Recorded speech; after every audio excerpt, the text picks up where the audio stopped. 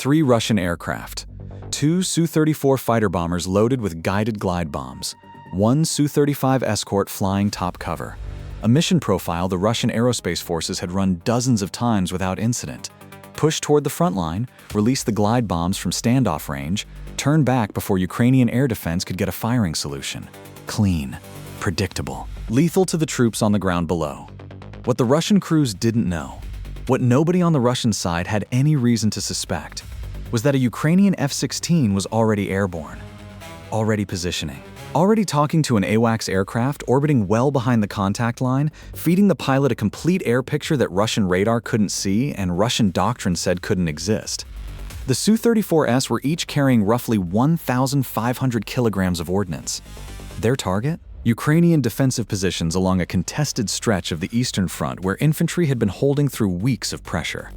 If those bombs reached their release point, the men in those trenches would die. Not from a dogfight. Not from a fair fight. From 1,500 kilograms of steel and explosive dropped from an aircraft they never saw and couldn't touch. That calculation was about to change. I'm your host at East Alert, where we analyze the battles that change wars. Today, we're breaking down one of the most consequential air-to-air engagements of the conflict. The moment a Ukrainian F-16 pilot, guided by a networked intelligence picture and firing from an angle Russian doctrine classified as impossible, reached out and took back a piece of contested sky. We're going to walk through every decision, every technical reality, every second of the intercept. And we're going to understand what it means that Ukraine can now do this. Because this wasn't just a shoot-down, it was a proof of concept. Ukraine demonstrating, in the clearest language modern air warfare understands, that the rules of engagement over the Eastern Front have permanently changed.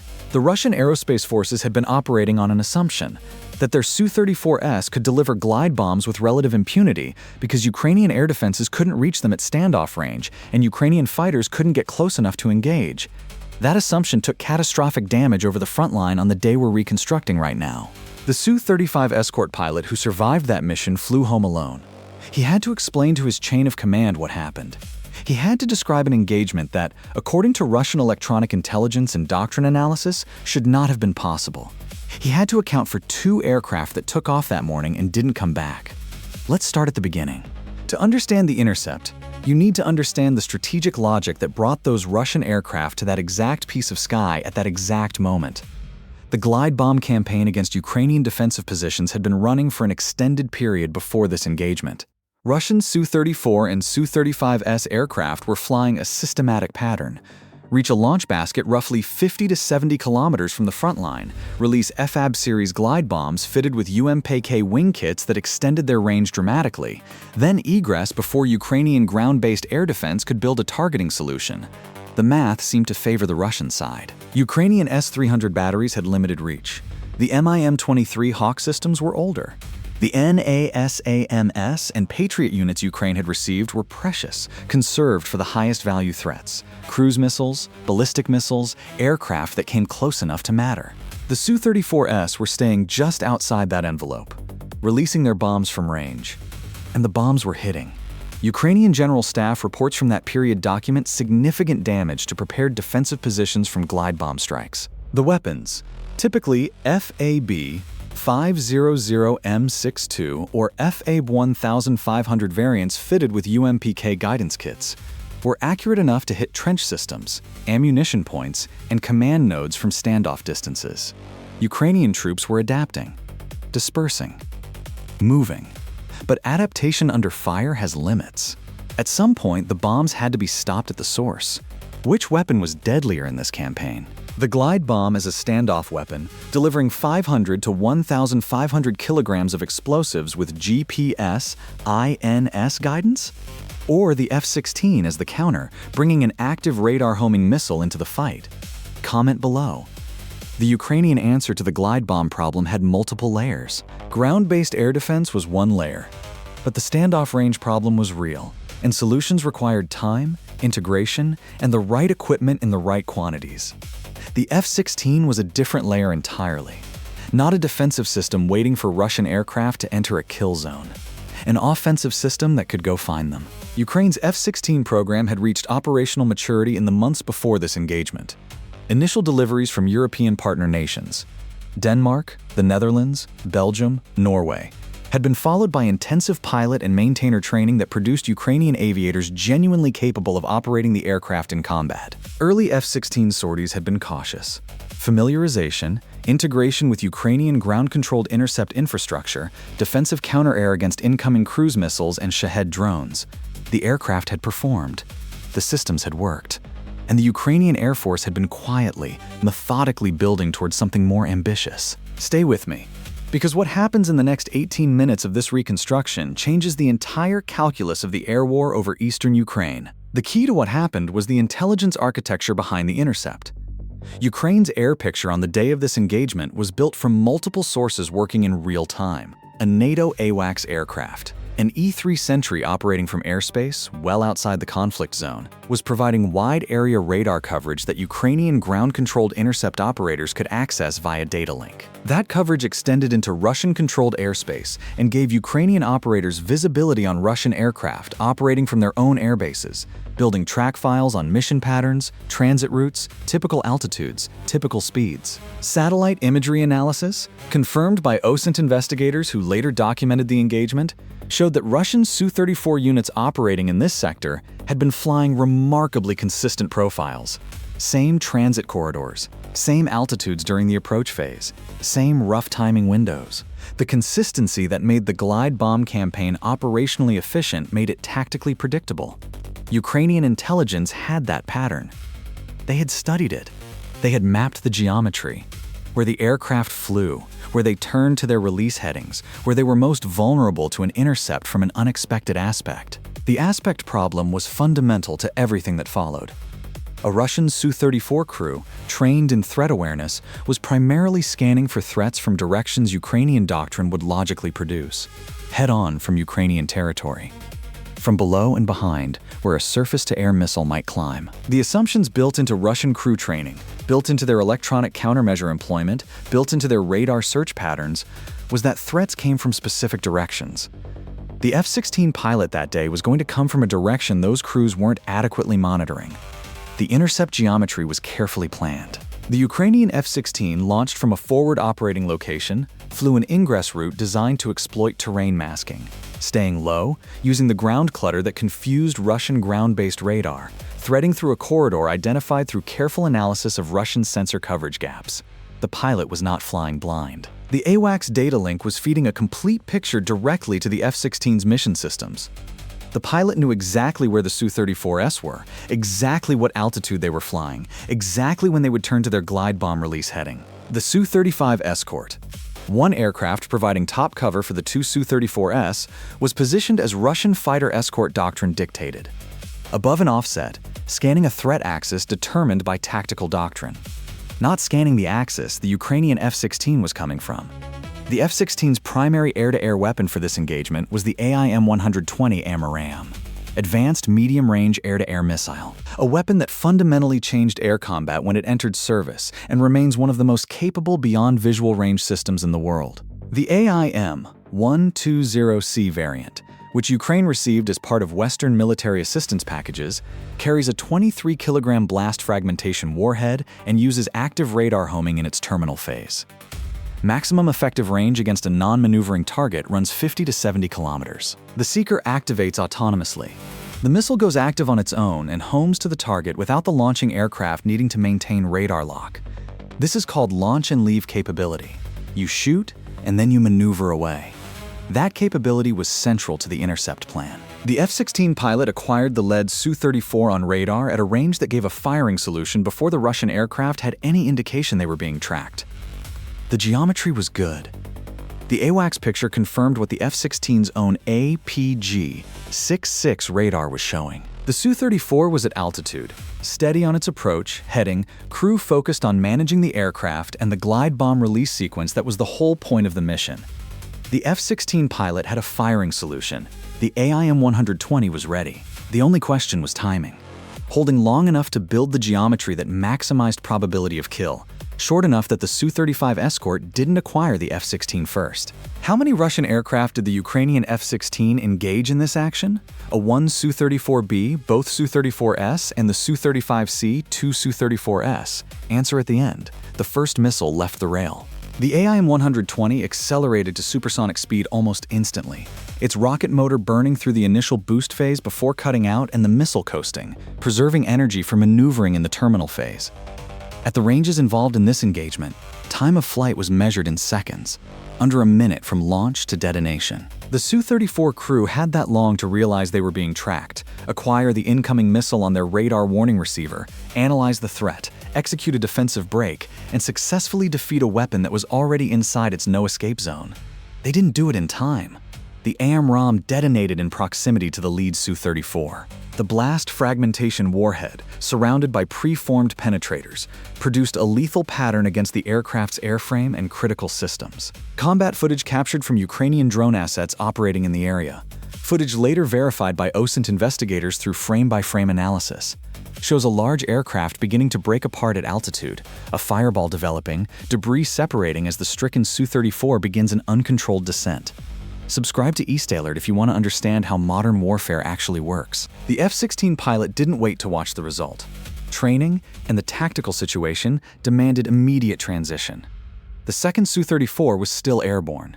The Su-35 escort was now certainly alerted, either through radio, through their own radar warning receivers picking up the AMRAAM's active seeker going hot, or through simply watching their formation come apart. Seconds mattered. The Ukrainian pilot was already maneuvering, not retreating, repositioning.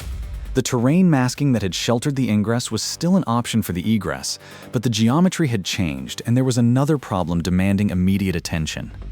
The second Su-34 was beginning to maneuver. The Russian crew had processed what happened to their lead aircraft with remarkable speed given the shock of the situation. They weren't turning toward the threat. They didn't have a precise bearing on the F-16 yet. But they were breaking away from the release, heading, dumping altitude, activating electronic countermeasures, desperately trying to make themselves a harder target, while simultaneously transmitting an emergency call that the Su-35 escort would use to build their own search priority. The Su-35 was already repositioning, Russia's premier air superiority fighter.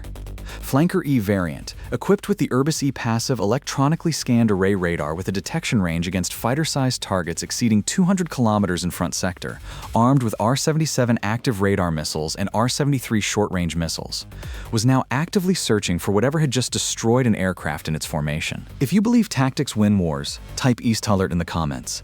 This was the critical decision point. The F-16 pilot, in that moment, was working through a threat calculus at the speed of thought.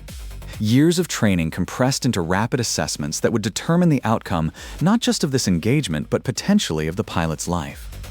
The second Su-34 was maneuvering, but hadn't fully escaped. The firing solution was degraded, but not gone. The Su-35 was searching, but hadn't locked. The AWACS data link was still painting a complete picture. The Ukrainian pilot could see the Su-35 search pattern, could evaluate where its radar was looking versus where the F-16 actually was. The pilot took the second shot. Another AIM-120 off the rail. A slightly harder shot than the first.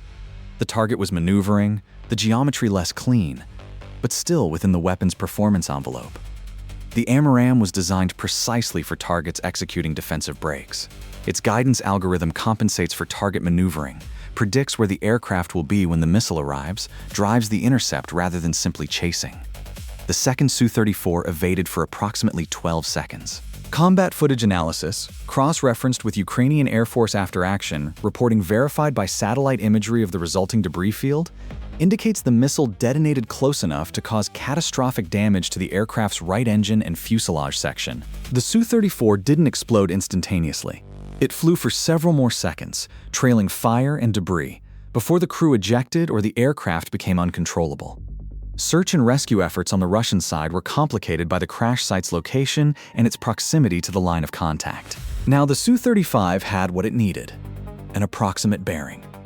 A radar return from the F-16 that had just exposed its own radar during the second engagement sequence. The Su-35 pilot built a targeting picture, went to weapons, employment parameters, and fired an R-77. The F-16 pilot saw it coming.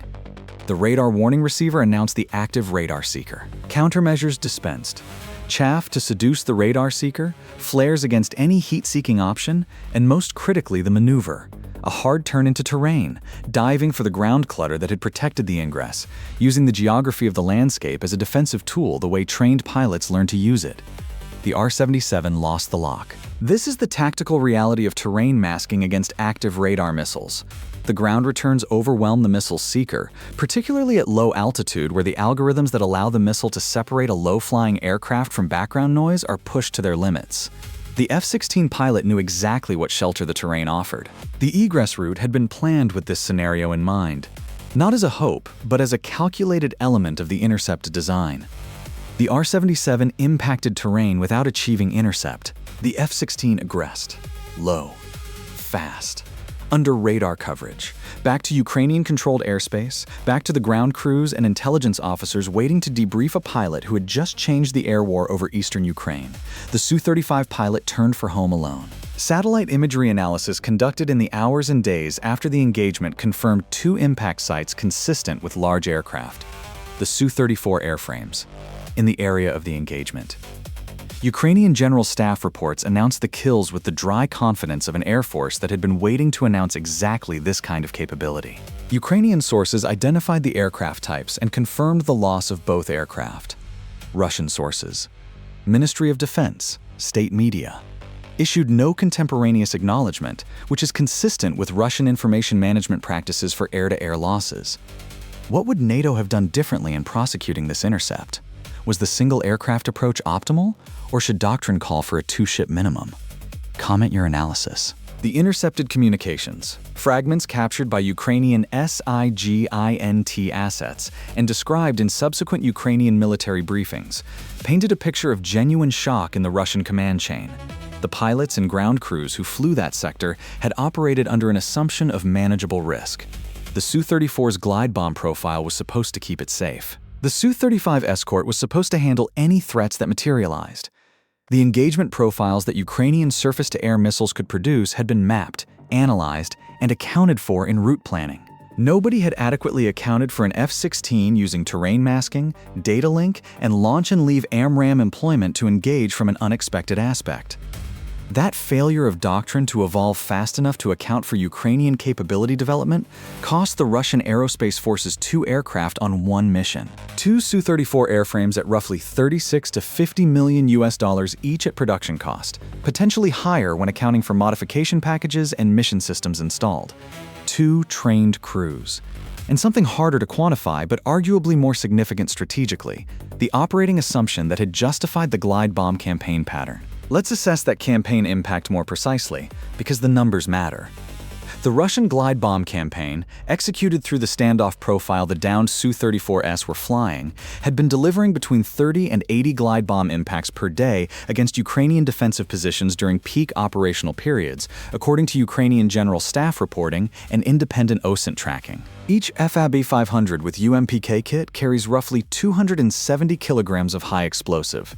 Each FAB-1500 carries roughly 675 kilograms. The cumulative effect on defensive fortifications, equipment, and personnel was significant. Ukrainian commanders described the glide bomb pressure as one of the primary tactical challenges of the period. The intercept forced an immediate response from Russian aviation commanders. Su-34 units operating in this sector modified their operational profiles within 48 hours of the engagement. Release altitudes changed. Release distances changed. Escort ratios changed. More Su-35 fighters per bomber sortie, which meant fewer bombing sorties could be supported simultaneously from a fixed force of available escorts. Ukrainian OSINT trackers documented the pattern change through analysis of radar data and flight activity visible to civilian monitoring systems. The glide bomb campaign continued, but it became more cautious, more resource-intensive, less efficient. Every degradation in efficiency translated directly into fewer bombs on Ukrainian positions per day. Fewer bombs per day meant more Ukrainian soldiers who survived to keep fighting. The intercept didn't end the glide bomb campaign. Nothing short of destroying the aircraft or the bases they flew from could do that. But it imposed costs. It forced adaptation. And adaptation in military operations is expensive.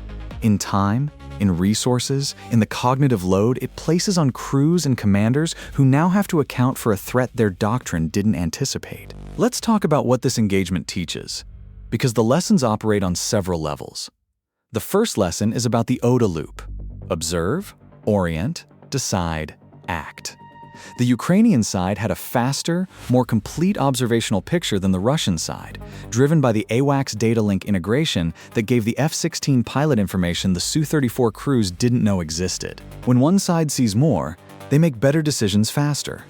The Ukrainians had been building this integrated air picture capability methodically, and on this mission, it paid its clearest dividend. The second lesson is about doctrine rigidity.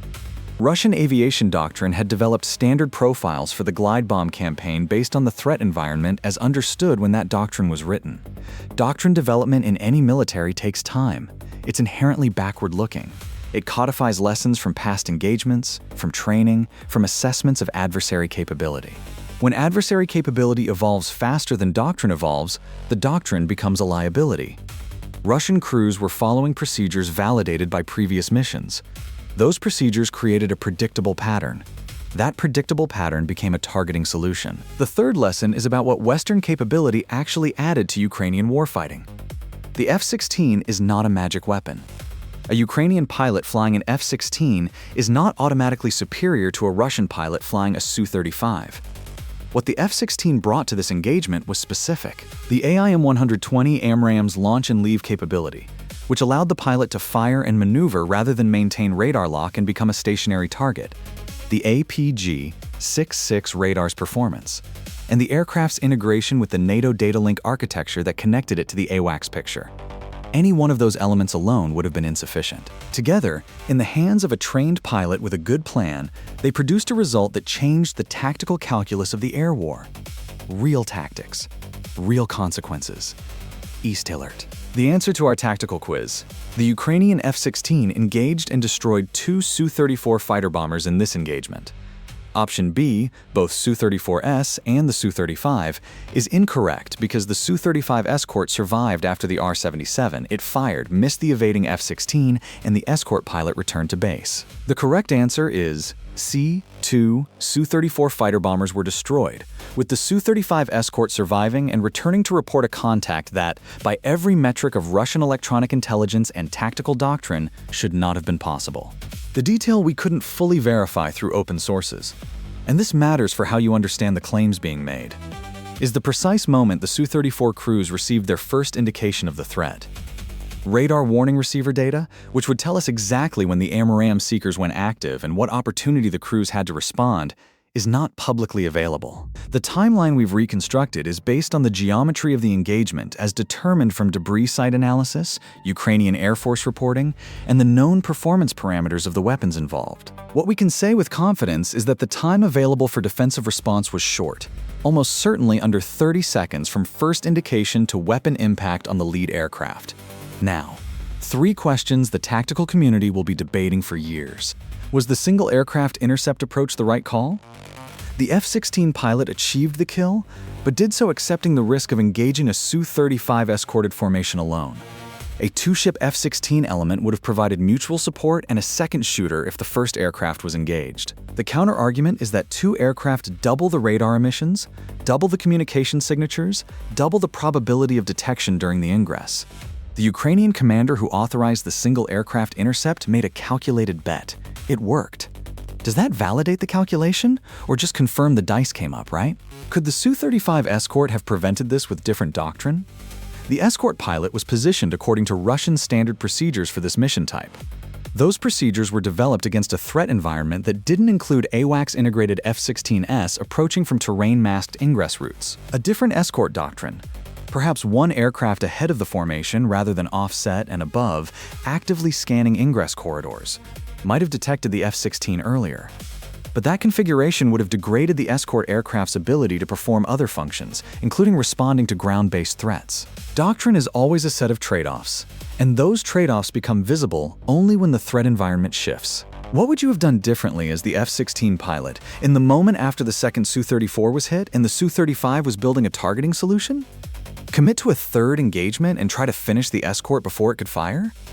Egress immediately, accepting that the mission was complete and that pressing further risked losing the asset that had just achieved something significant? The pilot chose egress. That choice preserved a capability. But it also meant the Su-35 survived to fly another mission. There's an argument on both sides. We want to hear yours. Has Russia adjusted its doctrine enough to prevent a repeat engagement? Comment yes or no, and tell us what you think they changed. Subscribe to East Alert, because we break down the battles that textbooks will study for decades. Every engagement in this war is producing tactical lessons that militaries around the world are analyzing, incorporating, and building future doctrine around. The F-16 intercept we reconstructed today is one of those lessons. A precise, documented demonstration of what happens when training, equipment, intelligence integration, and tactical planning come together into a single mission that executes cleanly. The airspace over the Eastern Front is quieter after this engagement, but it is not safe. The Russian aerospace forces have not stopped flying. The glide bomb campaign has not ended. And both sides are studying what happened, updating their procedures, preparing for the next engagement. The wreckage of two Su-34s lies somewhere in the territory below that contested strip of sky. Silent confirmation that modern air warfare punishes tactical complacency without mercy, and that the side willing to study the geometry, plan the approach, and execute with precision will, on the right day, reach out and take back the sky. Stay vigilant.